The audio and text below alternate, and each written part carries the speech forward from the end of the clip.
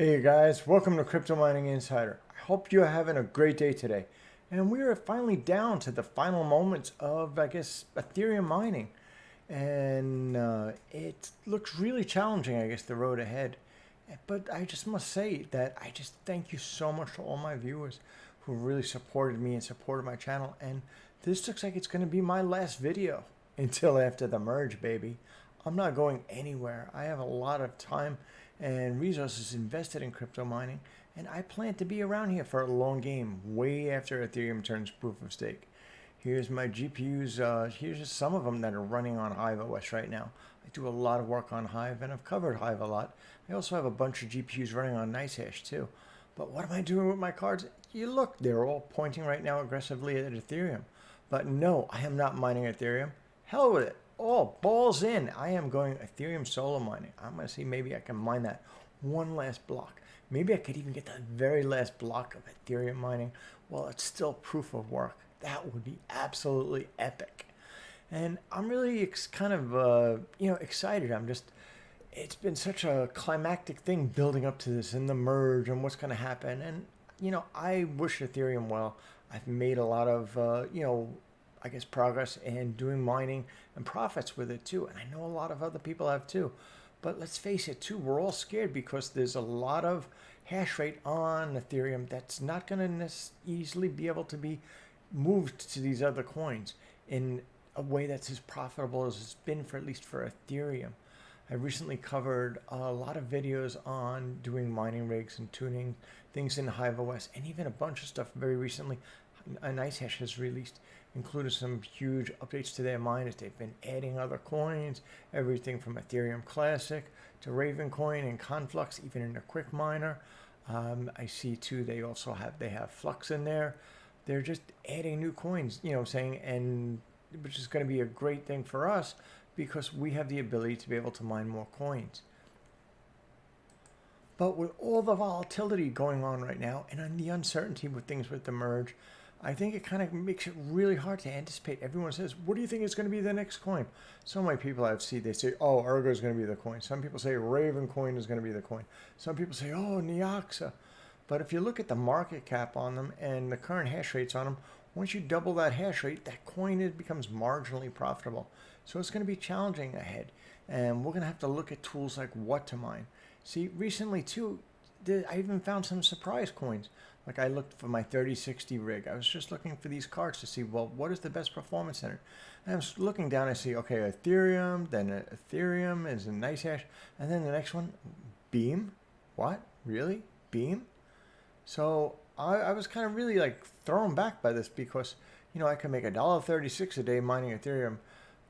But I could make $1.21, at least at the time of recording, and it is on September 14th, mining Beam. And Beam is also a coin that's supported if you wanted to do mining on your own pool. So if I wanted to mine Beam in 2 miners, I could do that. Another thing that's great about the Beam coin too is that if you scroll down, you'll see, although it's paying a lot less right now, but it's also supported under NiceHash, which is fantastic. So if you don't want to deal with having a Beam wallet, getting into the specifics of the Beam project, and maybe you do believe in it, maybe you don't, one of the things that's great if you want to be mining it within NiceHash is you can mine it and you can get paid in Bitcoin.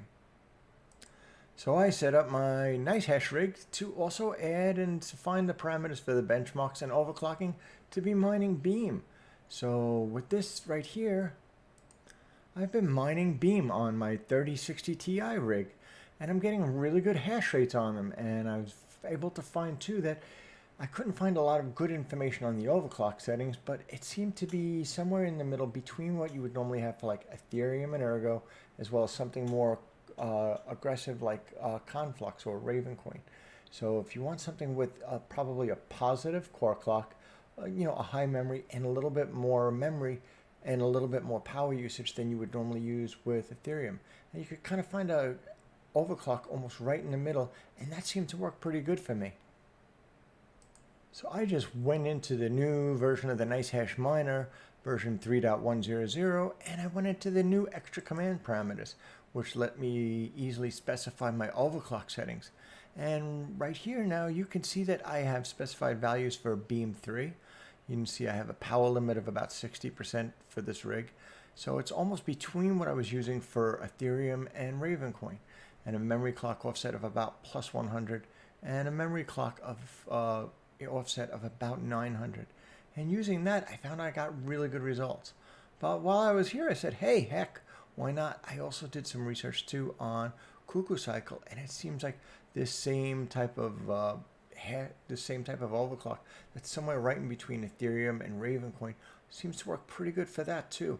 So I wanted to mine and be able to mine these other coins if they become more profitable. See, that's one of the things that's great about NiceHash is that if I'm mining Kapow, I could be mining on Ravencoin or Nyaxa, Dega Hashimoto. Well, that'll be going away, but who knows too. There's another ETH-hash algorithm, which is expands. And sometimes I see that price goes up and down. Maybe that'll rally. So I'll still keep those overclock settings in there too.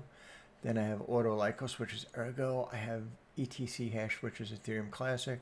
Cuckoo Cycle, which is Cuckoo Cycle. Beam, which is Beam Hill. And then Octopus, which is Conflux.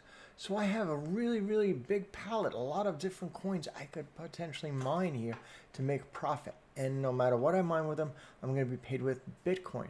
So I don't have to worry about having a Beam wallet or how do I do that or convert it or exchange it. And that's one of the things that's great about this tool. And I really, really am loving this new overclocking approach in NiceHash. So it's a much friendlier way to do it. And you're seeing it at a rig level. But if I wanted to go in and tune these more individually, more granular, even at a GPU level, I could just even right click from here. And now you can see I could set all my power limits, core clock, memory clocks for this algorithm, for this miner, for each individual GPU.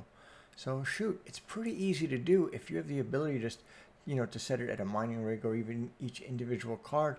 It's very easy to do in NiceHash. So I just suggest to you to just spend the time, maybe go put in some benchmark settings for these other coins, put in some extra commands, some overclocks for them, and you may wake up the next morning and be like, wow, it switched to mining Beam, or it switched to mining Cuckoo Cycle or something else like that. And you'll be making potentially even more money with it. And if there's times too that you're not making high profits or even being profitable, what's nice too with the NiceHash miners is it lets me go in and configure do not mine it unless it reaches a certain profitability threshold. Plus they have that new scheduler, which is really cool too. So if you want to even configure it to just mine at certain times of the day and don't mine at those peak electric hours, you could do that too. But these are just some tips that I'm just sharing with you. I'm setting up these altcoins, figured they're there. If I just set them up, if they don't get used, I don't lose nothing. But maybe if those coins rally, if they just burst out, I want to be able to capitalize on it. So how else have I prepared for the merge? Well, I've already created a bunch of different flight sheets that I can quickly apply to my rigs after Ethereum turns proof of stake. But hopefully I mine that last Ethereum. That would be fantastic.